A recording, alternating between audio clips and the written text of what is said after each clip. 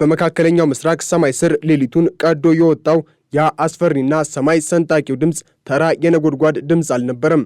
ይልቁንም የዓለምን የፖለቲካ ሚዛን ሊያናጋ የሚችል የኃያላኑን ትዕግስት የፈተነና የኢራንን ምድር ያንቀጠቀጠ ግዙፍ ፍንዳታ ነበር።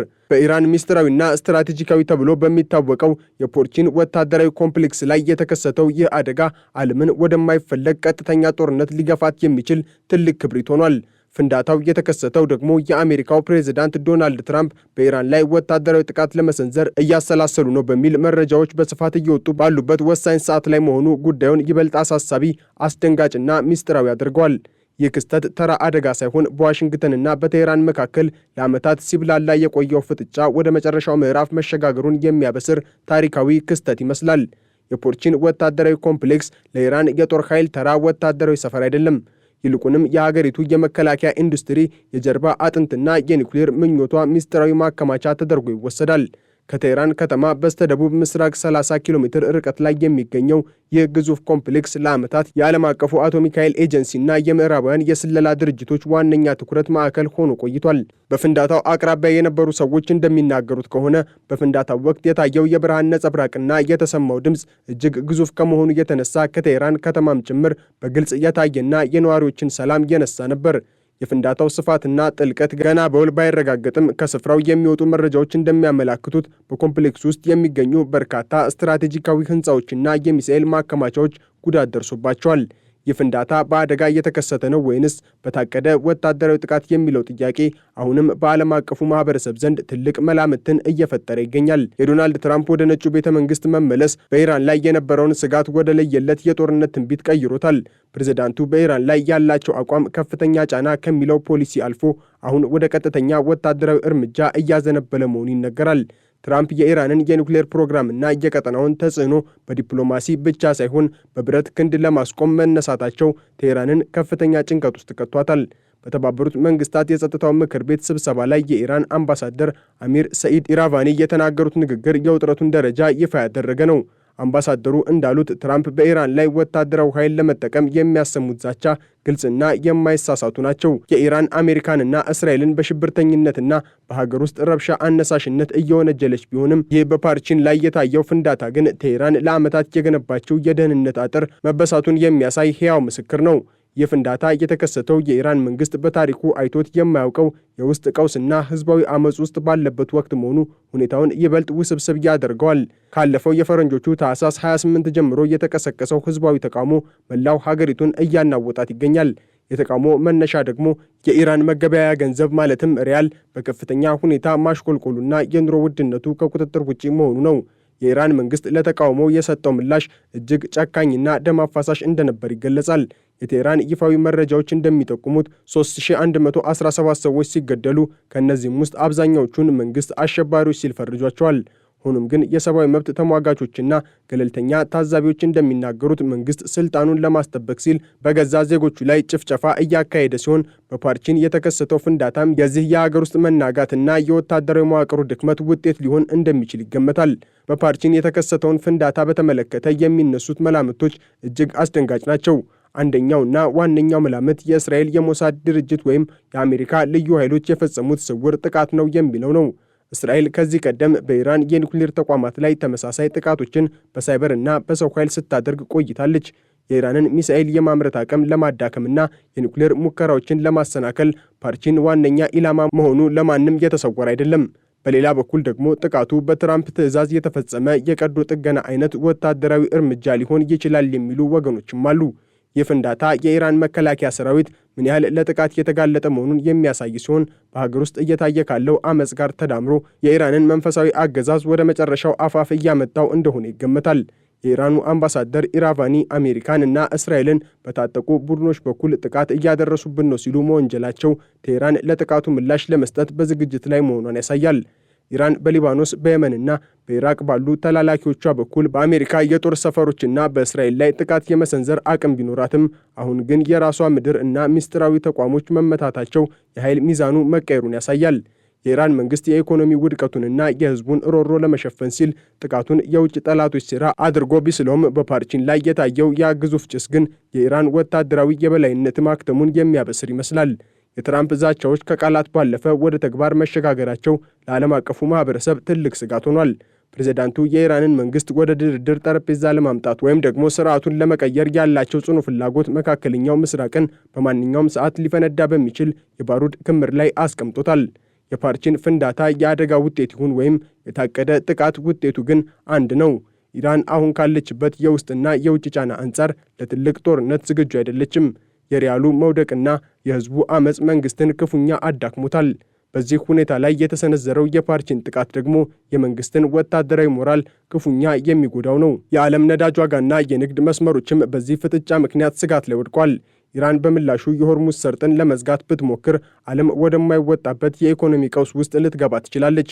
ሆኖም ግን ትራምፕ ይህንን ስጋት ግምት ውስጥ ያስገቡ የሚመስሉ ሲሆን ወታደራዊ እርምጃዎቻቸው የኢራንን አቅም ሙሉ በሙሉ ለማሽመድመድ እየታለሙ ናቸው። በፓርቺን የተከሰተው ፍንዳታ የዚህ ሰፊ ስትራቴጂ የመጀመሪያ ምዕራፍ ሊሆን ይችላል የሚለው ስጋት በብዙዎች ዘንድ ነግሷል። ቴህራን አሁን ያለችው በሁለት እሳት መካከል ነው። በአንድ በኩል በገዛ ህዝቧ የሚሰነዘርባት ተቃውሞ፣ በሌላ በኩል ደግሞ ከዓለም ሀያሉ ሀገር የሚሰነዘርባት ወታደራዊ ዛቻ።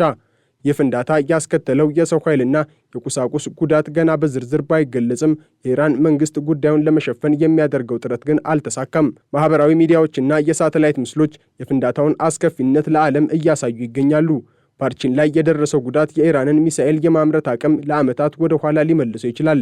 ይህ ደግሞ በሶሪያና በሌሎች ቀጠናዊ ሀገራት ለሚንቀሳቀሱት የኢራን ተላላኪ ቡድኖች ትልቅ የድጋፍ መቆረጥ ማለት ነው። በመሆኑም የፓርቺን ፍንዳታ የኢራንን ክንድ ለመስበር የተደረገ ስልታዊ እርምጃ ነው ቢባል ማጋነን አይሆንም። በተባበሩት መንግስታት ያለው ውጥረትም ሌላው ትኩረት የሚስብ ጉዳይ ነው። የኢራኑ አምባሳደር ንግግር የሽሽትና የመከላከያ ስሜት የሚታይበት ሲሆን አሜሪካ ግን ምንም አይነት ማስረጃ ሳታቀርብ ኢራንን በማዕቀብና በዛቻ ማነቋን ቀጥላለች። ይህ ዲፕሎማሲያዊ ፍጥጫ ወደ ወታደራዊ እርምጃ መሸጋገሩን የፓርቺኑ ክስተት ማሳያ ሆኗል። ትራምፕ የቀድሞውን የኒውክሌር ስምምነት በመቅደድ የጀመሩት ጉዞ አሁን ወደ ቀጥተኛ የጦር መሳሪያ ፍጥጫ መሸጋገሩ ዓለምን በስጋት ውስጥ ጥሏታል። ኢራን ለዚህ ፍንዳታ የምትሰጠው ምላሽ የቀጣዩን ዓለም ሰላም የሚወስን ይሆናል። የኢራን ሕዝብ አሁን ባለው ሁኔታ መንግስቱን እየደገፈ አይደለም። ይልቁንም እንዲህ ያሉ ወታደራዊ ውድቀቶች ለህዝባዊ አመፁ ተጨማሪ ጉልበት እየሆኑ ይገኛሉ። ህዝቡ የመንግስትን የሃይማኖት አክራሪነትና የኢኮኖሚ ብልሹነት በመቃወም አደባባይ መውጣቱ መንግስት ከውጭ የሚመጣበትን ጥቃት ለመከላከል ያለው የሀገር ውስጥ አንድነት እንዲላላ አድርጎታል። ሪያሉ በታሪክ ዝቅተኛ ደረጃ ላይ መድረሱና የኑሮ ውድነቱ መባባሱ ህዝቡ ከመንግስት ጎን እንዲቆም የሚያደርገው ምክንያት የለም። በመሆኑም ትራምፕ ይህንን የኢራን የውስጥ ድክመት በሚገባ እየተረዱት ይመስላል። በፓርቺን የተከሰተው ፍንዳታ ተራ ክስተት አይደለም። ይህ ፍንዳታ የኢራን የአሜሪካና የእስራኤል የረጅም ዘመን ፍጥጫ ወደ መጨረሻው ፍጻሜ እያመራ መሆኑን የሚያሳይ ደውል ነው።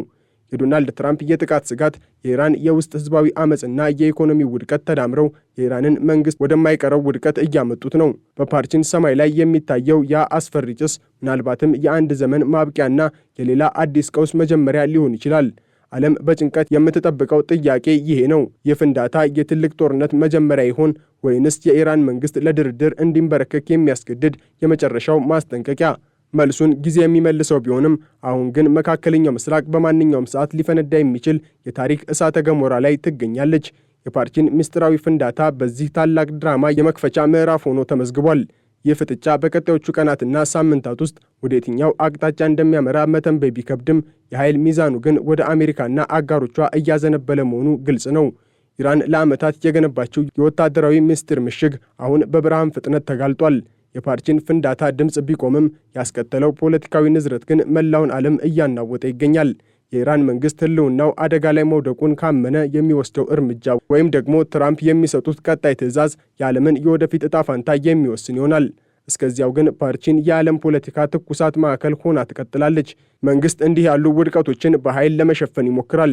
ሆኖም ግን አሁን ያለው ሁኔታ ከበፊቱ እየተለየ ነው። የቴክኖሎጂ የበላይነት፣ የውስጥ አመፅና ዓለም አቀፍ ማግለል ተዳምረው ኢራንን ወደማይወጡበት ማጥ ውስጥ ከተዋታል። የፓርቺን ፍንዳታ ይህንን ማጥ ይበልጥ እንዲጠልቅ አድርጎታል። የዶናልድ ትራምፕ የጥቃት ዛቻዎች አሁን ወደ ተግባር መለወጣቸው ዓለም በተገቢው መንገድ ተረድታለች። ቀጣዩ እርምጃ ምን ይሆን? ቴህራን ትንበረከክ ይሆን ወይንስ ወደ ለየለት ጦርነት ትገባለች? የጥያቄ የመላው ዓለም ስጋት ሆኖ ይቀጥላል። ፓርቺን ላይ የታየው የአስደንጋጭ ፍንዳታ የታሪክን አዲስ ምዕራፍ በደምና በባሩድ የጻፈ ክስተት ሆኖ ለዘላለም ይነገራል። የኢኮኖሚው ውድቀትም የጦርነቱ ሌላኛው ግንባር ነው። የሪያሉ መውደቅ ህዝቡን ወደ ተስፋ መቁረጥ መርቶታል። ተስፋ የቆረጠ ህዝብ ደግሞ ለማንኛውም ለውጥ ዝግጁ ነው። ይህንን ለውጥ ደግሞ ዋሽንግተን በወታደራዊ ጫና ለማፋጠን እየሰራችበት ትገኛለች። ፓርቺን ላይ የተመታው የኢራን ኩራት ብቻ ሳይሆን ያገዛዙ የመከላከያ ጋሻ ጭምር ነው። ፍንዳታው ያስከተለው ንዝረት እስከ ዋሽንግተን ዋይት ሃውስና እስከ ኢየሩሳሌም ቤተ መንግስት ድረስ ደርሷል። ሁሉም ወገኖች ቀጣዩን እርምጃ በከፍተኛ ጥንቃቄ እየተጠባበቁ ነው። የመካከለኛው ምስራቅ ካርታ ዳግም ሊሳል የሚችልበት የታሪክ አፋፍ ላይ እንገኛለን። በፓርቺን የተከሰተው ፍንዳታ የዚህ ታላቅ ለውጥ መጀመሪያ ይሆን የሚለው ጥያቄ በሁላችንም አእምሮ ውስጥ የሚመላለስ ትልቅ እንቆቅልሽ ነው። የፓርቺን ወታደራዊ ኮምፕሌክስ ላይ የደረሰው ያ አስደንጋጭ ፍንዳታ በቴህራን አደባባዮች ላይ ለሚሰማው የህዝብ ሮሮና በዋሽንግተን ቤተ መንግስት ውስጥ ለሚቀነባበረው ወታደራዊ ስትራቴጂ አዲስ ማገዶ ሆኗል። የፍንዳታ የታየበትና የተሰማበት መንገድ ኢራን ላለፉት 4 አስርት ዓመታት በከፍተኛ ምስጢር የገነባቸው የደህንነት ግንብ አሁን ላይ ስንጥቅ ማሳየቱን ብቻ ሳይሆን ሙሉ በሙሉ ሊፈርስ እንደሚችል አመላካሽ ነው። የፓርቺን ምስጢር ሲፈታ የኢራን መንግስት የህልውና መሰረት የሆነው ወታደራዊ የበላይነትም አብሮ እየተንቀጠቀጠ መሆኑን እንረዳለን። ፓርቺን ተራ የጦር ሰፈር ሳይሆን ኢራን የዓለም አቀፉ አቶሚክ ኃይል ኤጀንሲ መርማሪዎችን እንኳን እንዳይገቡ ለዓመታት የከለከለችበት የኒውክሌር ቦምብ ቀስቃሾችንና እጅግ ዘመናዊ የሚሳኤል ቴክኖሎጂዎችን የምታመርትበት የመከላከያ ቅዱስ ስፍራ ነው። እንዲህ ያለ ቦታ ላይ የደረሰ ፍንዳታ ደግሞ መልእክቱ ግልጽ ነው። የትም ቦታ ብትወድቁ፣ የትም ቦታ ብትሸሸጉ እጃችን ይደርስባችኋል የሚል የአሜሪካና የእስራኤል የጋራ ማስጠንቀቂያ ይመስላል። ዶናልድ ትራምፕ በዋይት ሃውስ ያላቸውን ስልጣን ተጠቅመው በኢራን ላይ የከፈቱት ሁለተኛው ከፍተኛው ጫና ከቀድሞ የሚለየው አሁን ላይ ወታደራዊ እርምጃን እንደ ቀዳሚ አማራጭ በማስቀመጡ ነው። ትራምፕ በ2026 ዓ.ም የኢራንን መንግስት ወደ ድርድር ጠረጴዛ ለማምጣት የዲፕሎማሲውን መንገድ ከመዝጋታቸውም በላይ የፔንታጎን መኮንኖች በኢራን ስትራቴጂካዊ ተቋማት ላይ የጥቃት ኢላማዎችን እንዲያዘጋጁ ትዕዛዝ መስጠታቸው ይነገራል። የኢራኑ አምባሳደር አሚር ሰኢድ ኢራቫኒ በተባበሩት መንግስታት የጸጥታው ምክር ቤት ላይ ያሰሙት ዋይታ ይህንን የአሜሪካን ቁርጠኝነት የተረዳ የጭንቀት ድምፅ ነው። ኢራቫኒ አሜሪካንና እስራኤልን በሽብርተኝነትና በሀገር ውስጥ ረብሻ አነሳሽነት ሲወነጅሉ የኢራን መንግስት ከውጭ የሚመጣበትን ጥቃት ለመመከት የሚያስችል የተባበረ የሀገር ውስጥ አቅም እንደሌለው እየመሰከሩ ነው። በፓርቺን የተከሰተው ፍንዳታ ያስከተለው ፖለቲካዊ ንዝረት ከኢራን ኢኮኖሚ ውድቀት ጋር በቀጥታ እየተቆራኘ ነው። የኢራን መገበያያ ገንዘብ ሪያል በታሪክ አይቶት የማያውቀው ደረጃ ላይ መውደቁ ህዝቡን ወደ ተስፋ መቁረጥና ወደ ለየለት አመጽ መርቶታል። ተስፋ የቆረጠው ይህ ህዝብ ደግሞ ከመንግስት የጸጥታ ኃይሎች ጥይት ይልቅ ረሃብና ድህነት ይበልጥ ያስፈራዋል። ለዚህም ነው ከታህሳስ 28 ጀምሮ የተቀሰቀሰው አመጽ በመንግስት የጭካኔ እርምጃ ሊቆም ያልቻለው። መንግስት 3117 ሰዎችን ገድያለሁ ብሎ ቢያምንም ከነዚህ ውስጥ አብዛኛዎቹን አሸባሪ ሲል መፈረጁ በገዛ ህዝቡ ላይ ጦርነት ማወጁን ያሳያል። የፓርቺን ፍንዳታ ደግሞ ለዚህ ህዝባዊ አመጽ አዲስ የሞራል ብርታትን ሰጥቷል። ህዝቡ መንግስት የራሱን ምስጢራዊ ተቋም እንኳን መጠበቅ እንደማይችል ሲረዳ የአገዛዙን ድክመትና ውድቀት ይበልጥ በግልጽ እየተመለከተው ነው። ከሰሞኑን በኢራን ወታደራዊ ተቋማት ላይ የሚሰሙ ፍንዳታዎች ምናልባትም አሜሪካና እስራኤል በኢራን ላይ የከፈቱት የስውር ጦርነት ውጤቶች ሊሆኑ ይችላሉ። የእስራኤል የሞሳድ ድርጅት በኢራን ውስጥ ያለው ዘልቆ የመግባት አቅም እጅግ ከፍተኛ መሆኑ በተደጋጋሚ የታየ ሀቅ ነው። የኒውክሌር ሳይንቲስቶችን ከመግደል ጀምሮ በሳይበር ጥቃቶች ስትራቴጂካዊ ማሽኖችን እስከ ማቃጠል ድረስ የደረሱ እነዚህ እርምጃዎች አሁን በፓርቺን ላይ በታየው ግዙፍ ፍንዳታ ተደምድመዋል። ትራምፕ በበኩላቸው የኢራንን የኒውክሌር ምኞት ለመግታት ማንኛውንም አይነት የጥቃት አማራጭ እንደሚጠቀሙ በግልጽ ተናግረዋል። ይህ የፓርቺን ፍንዳታ አሜሪካ የቀዶ ጥገና ጥቃት ውጤት ከሆነ ዓለም ወደማትፈልገውና ታላላቅ ሀያላን ሀገራት ወደሚሳተፉበት የቀጠናዊ ጦርነት መቃረብ ዕድሏ ሰፊ ነው። የኢራን መንግስት አሁን ያለበት ሁኔታ በሁለት እሳት መካከል መሆን ነው። በአንድ በኩል የኢኮኖሚ ውድቀቱና የህዝቡ ሮሮ መንግስትን ከውስጥ እየበላ ይገኛል። በሌላ በኩል ከውጭ የሚሰነዘርበት ወታደራዊ ጫናና የምስጢራዊ ተቋማቱ መጋየት የአገዛዙን ወታደራዊ ሞራል ሰባብሮታል። ቴህራን ለፓርቺን ፍንዳታ የምትሰጠው ምላሽ እጅግ ወሳኝ ነው። ኢራን በሊባኖስ ሂዝቦላህ፣ በየመን ሁቲዎችና በኢራቅ ባሉ አማጽያን በኩል በአሜሪካ የጦር ሰፈሮችና በእስራኤል ላይ ጥቃት ለመሰንዘር ብትሞክር ይህ እርምጃ ለትራምፕ መንግስት የኢራንን የሃይማኖታዊ አገዛዝ ሙሉ በሙሉ ለመደምሰስ የሚያስችል ሰበብ ሊሆን ይችላል። የተባበሩት መንግስታት የጸጥታው ምክር ቤት ላይ የታየው ዲፕሎማሲያዊ ፍጥጫ የኢራን መንግስት በዓለም አቀፍ ደረጃ ያለውን መገለል ይበልጥ አጉልቶታል። አምባሳደር ኢራቫኒ አሜሪካን በታጠቁ ቡድኖች በኩል ጥቃት እያደረሰችብኝ ነው ሲሉ መወንጀላቸው የኢራን የደህንነት መዋቅር ምን ያህል በውጭ ኃይሎች መጠለፉን የሚያሳይ ድንገተኛ የእምነት ቃል ይመስላል። ኢራን የውስጥ ችግሮቿን በውጭ ጠላቶች ላይ ለማሳበብ የምታደርገው ጥረት አሁን ላይ ዋጋ እያጣ መጥቷል። ህዝቡ መንግስት ለሚያቀርበው ፕሮፓጋንዳ ጆሮን ከደፈነ ቆይቷል። ለኢራን ህዝብ ዋነኛው ጠላት የአሜሪካ ማዕቀብ ሳይሆን የመንግስት ብልሹ አሰራር፣ የሰብአዊ መብት ረገጣና የሀብት ዘረፋ መሆኑን በየቀኑ በአደባባይ የሚያሰማው መፈክር እየመሰከረ ይገኛል። የኢራን መንግስት የፓርቺንን ፍንዳታ በተመለከተ የሚሰጠው ማንኛውም መግለጫ የህዝቡንና የዓለምን ጥርጣሬ ሊያስወግድ አልቻለም። የፍንዳታው መጠን፣ የታየው ብርሃንና የተሰማው ድምፅ ተራ አደጋ አለመሆኑን ይመሰክራል። ትራምፕ በኢራን ላይ ወታደራዊ እርምጃ ለመውሰድ ያላቸው ቁርጠኝነት አሁን በፓርቺን ምድር ላይ በተግባር የታየ ይመስላል። ይህ ፍጥጫ ወደ ሰላም ይምራ ወይንስ ወደ ጥፋት ጊዜ የሚወስነው ቢሆንም አሁን ግን ዓለም በአንድ ትልቅ የጦርነት ዋዜማ ላይ እንደቆመች እርግጠኛ መሆን ይቻላል። የፓርቺን ምስጢራዊ ፍንዳታ የታሪክ ሂደትን የቀየረና የሀያላኑን ፍጥጫ ወደ መጨረሻው ምዕራፍ ያሸጋገረ አስደንጋጭ ክስተት ሆኖ ይቆያል።